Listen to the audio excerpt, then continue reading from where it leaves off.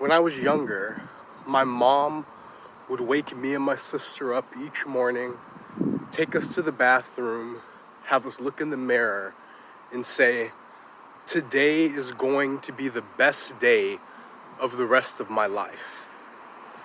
Now, as silly as this exercise may sound, what I found is that when I did this with emotion, when I said the words with passion and belief, I would wind up having a pretty fucking good day. It was kind of crazy. And I did an experiment once where I woke up and instead of saying today is going to be the best day of the rest of my life, I said, today is going to be awful. Today is going to be horrible. Blah, blah, blah. And I wound up having one of the worst days of my life. So where am I getting at? Well, since I was young, what had been raised in me, what had been embedded in me, was an understanding of the deep intimacy between word, thought, language, and the way the universe would show up to me. In fact, this idea has been so important in my life that I actually tattooed it on my body. I'll show you. You see?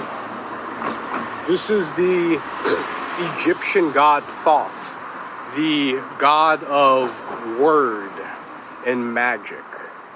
And over the North Star of my heart, you see he's pointing above and below. This tattoo is a symbol representing the Hermetic principle of correspondence. As above, so below. As I think it, so it shall be. Now, this leads me to the main subject of this video, which is racism. Now, when I was younger, I was raised with the idea, and I think most of us were, that racism is believing that one race is better than another race. That one race is superior than another race. And as I got into high school, I remember this idea of racism transforming. And it transformed into prejudice married with power. That is, racism, or in order to be racist, it wasn't sufficient to merely be prejudiced, but you also had to have the power to enact your prejudice in the world.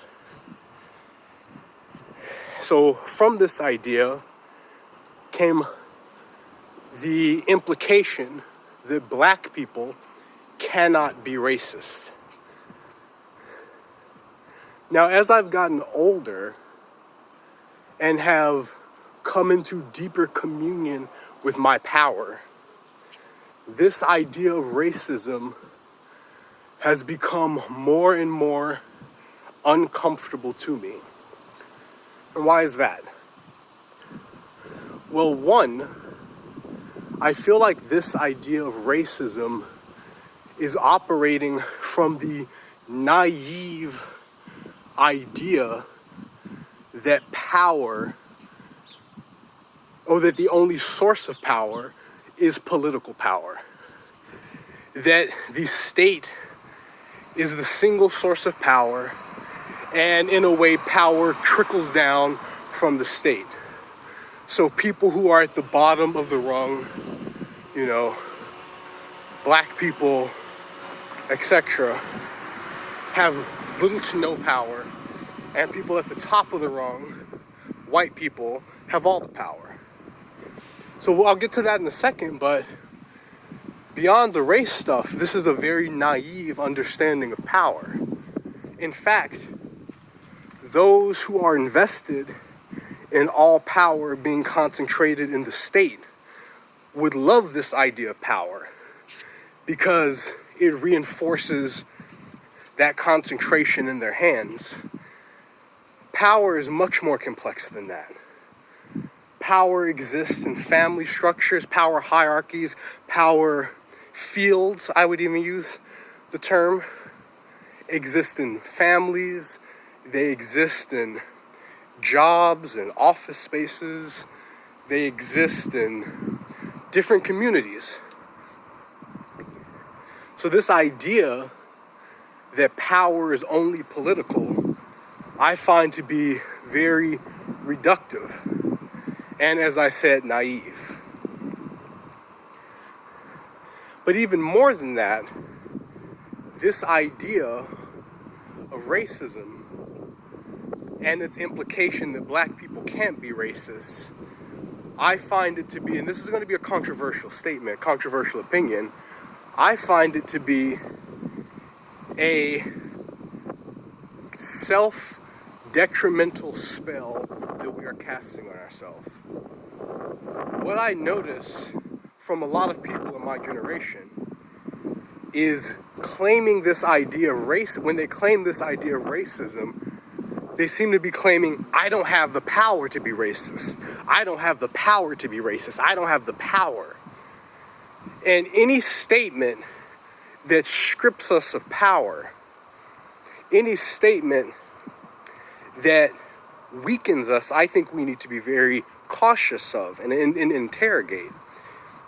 Now, I don't want to throw out the baby with the bathwater. And it's clear that, at least for me, my understanding is that this idea of racism is coming from an acknowledgement of the fact that not all prejudice is equal. You know, that, let's say, the prejudice of a police officer can result in someone's death, while the prejudice of, you know, someone whose family was raised in chattel slavery and has experienced microaggressions their entire life may be rooted in a trauma. So no, I don't think all prejudice is created equal, but I think, again, we need to interrogate when we say black people can't be racist. What are we saying? Are we saying that we lack power? Is that really the spell that we want to keep casting, a spell of powerlessness? No, I don't think so, at least not for me. In my power, I reject that statement. I am so fucking powerful. And you are too, actually. So, you know, I woke up with this thought on my mind, this, you know, deepening dissatisfaction with how we're using this term racism. And I think as we as black people continue the struggle for, you know, deeper freedom, for deeper equality, for deeper equity in this nation, in this world, I think it's important that we interrogate the language that we are using in the struggle. And I'll give you a story. There's a friend of mine, really incredible thinker, who made an Instagram post like a month ago where he was talking about past experience with white people. And to refer to white people, he was using the term the master, you know, hearkening back to slave days. And I told him, and it just struck me that it felt strange that he was using the term the master to refer to someone who he believed had done him wrong. Because that framing of the situation, I believe, will create a resonance of energy. You know, if you call this person's the master who's hurting me, this person's the master who's hurting me, like, what kind of spell are you casting? And anyone who has ever delved into mysticism or alchemy or manifestation will know the power of the energy that is birthed from this holy vortex of the throat chakra. We need to be careful with the language that we're using. So can black people be racist? Do we wield power? Do you wield power? Or are you powerless? I hope you have a great day. Hope this is giving you some food for thought. And if you disagree, push back. I love pushback. Peace out.